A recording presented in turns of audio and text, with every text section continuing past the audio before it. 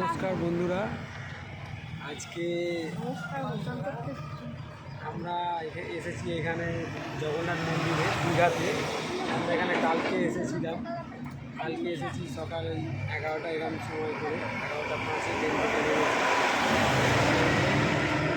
কাল থেকে আমরা আছি, কালকে তো সমুদ্রের ধারে গেছিলাম ঘুরতে। আমরা এসেছি ওল্ড দীঘাতে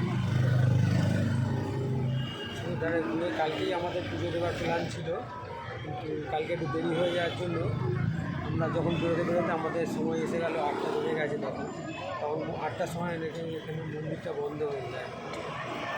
কালকে পুজো দেওয়া হয়, আজকে আমরা সকালবেলা এসেছি, মন্দিরটা দেখে গেলাম। মন্দিরটা খুব সুন্দর মন্দির করেছে। আমাদের ওয়েস্ট বেঙ্গলে যে এত সুন্দর একটা মন্দির হয়েছে, মন্দিরটা দেখলাম, আমার খুব ভালো লাগলো। তো তোমরাও আসবে এখানে দীঘাতে মন্দিরটা দেখতে।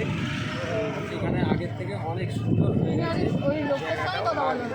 এবারে এই যে শনিবার রবিবার করে মানে এত ভিড় হয়েছে দীঘাতে, যে এত টুরিস্ট এসেছে, এই প্রথম মানে এরকম রেকর্ড হয়ে গেছে এখানে দীঘাতে।